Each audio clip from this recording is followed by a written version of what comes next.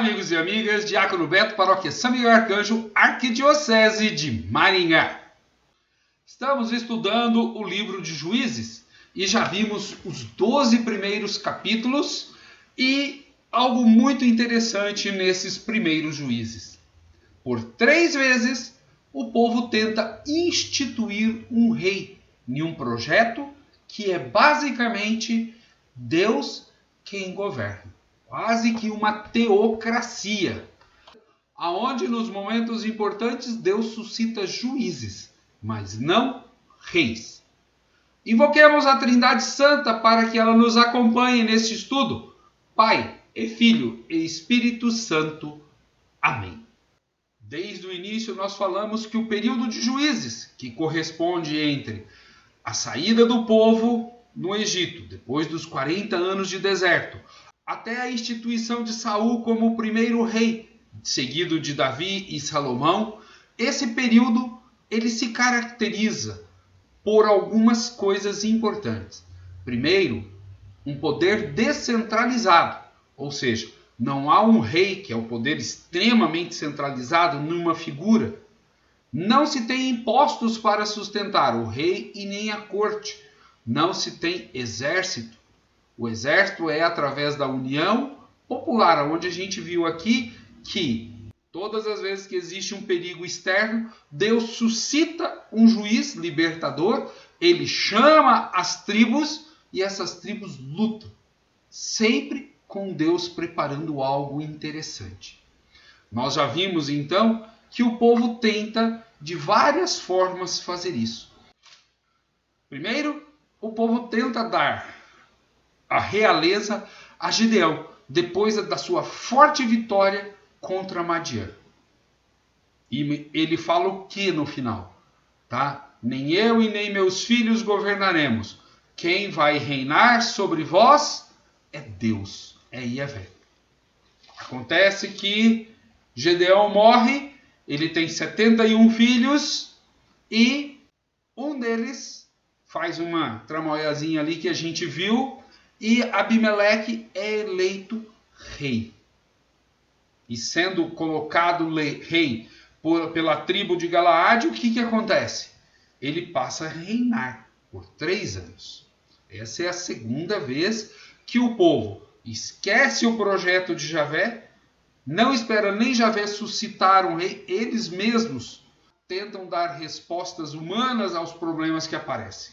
Agora, pela 3ª vez.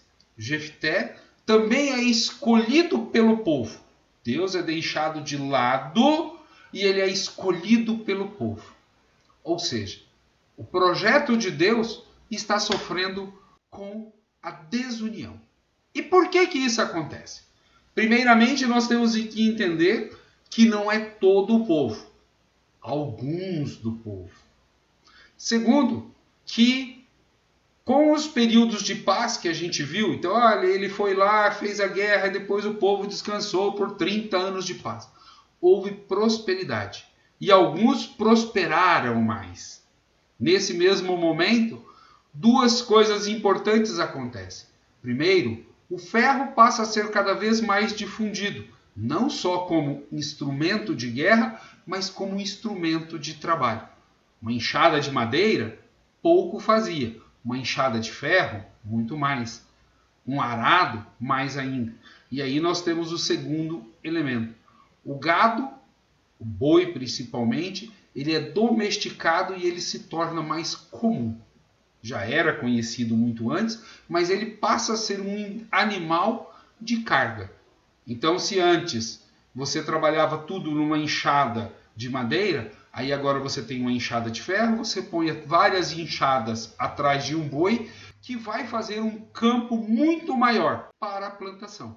Com isso, aquela economia de subsistência começa a ter excedente. Ou seja, se eu preciso de 20 sacos por ano de grãos, sendo 15 para eu comer e 5 para eu replantar, e eu colho agora 50 sacos, eu preciso de 5 para replantar, 15 para eu comer, mas me sobraram 30, que eu quero fazer comércio.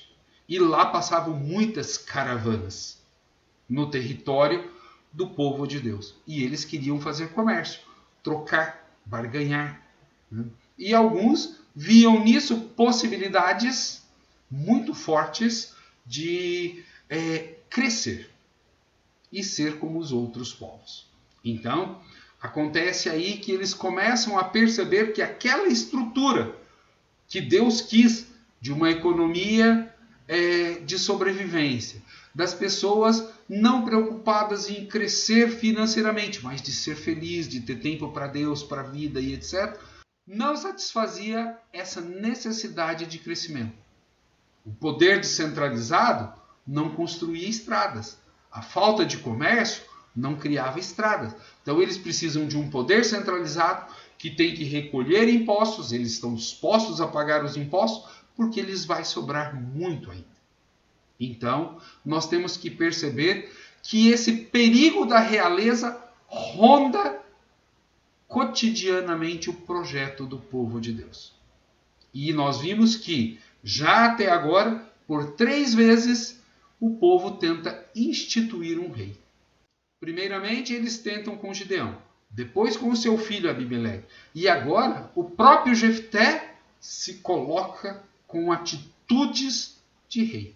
Mas, como nos outros casos, com Abimeleque, não deu certo. E o projeto, ele em vez de fortalecer-se, ele enfraquece. E vai ficando cada vez pior. Até que, num determinado momento, eles realmente colocam o rei. O povo, não. Aqueles que estão se dando bem financeiramente e que precisam de uma nova estrutura política, econômica e social para desenvolver ainda mais os seus negócios. Assim como hoje, muitos empresários entrando na política apenas para aumentar os seus ganhos ou suas facilidades de negócio, olhando apenas para si e não para a coletividade. Então, precisamos entender que esses perigos da realeza estão afrontando diretamente a Deus, onde o povo começa a perceber que o projeto de Deus não satisfaz a necessidade de crescimento financeiro, mas apenas de uma vida digna, de uma vida honesta, perto da família, sem muitos impostos. Para alguns, isso é tudo o que eles vão querer, mas para outros, não. E eles manipulam a sociedade em torno disso. Importante frisar que fidelidade é a esse projeto que eles construíram desde a saída do Egito, passando os 40 anos aprendendo novos conceitos. Aquilo que nós chamamos de pedagogia de Deus no deserto. Agora, a mudança de sociedade é para que a economia se sobressaia sobre todos os outros campos da vida, inclusive sobre Javé. A instituição de um rei, ela atende apenas às necessidades de uns poucos que querem ficar ricos, e não da grande maioria, e menos ainda do projeto de Deus. É tido como uma infidelidade. No nosso próximo vídeo, nós vamos olhar a história de Sansão. Se você ainda não está inscrito em nosso canal, se inscreva para juntos conhecermos melhor a Sagrada Escritura. Paz e bem!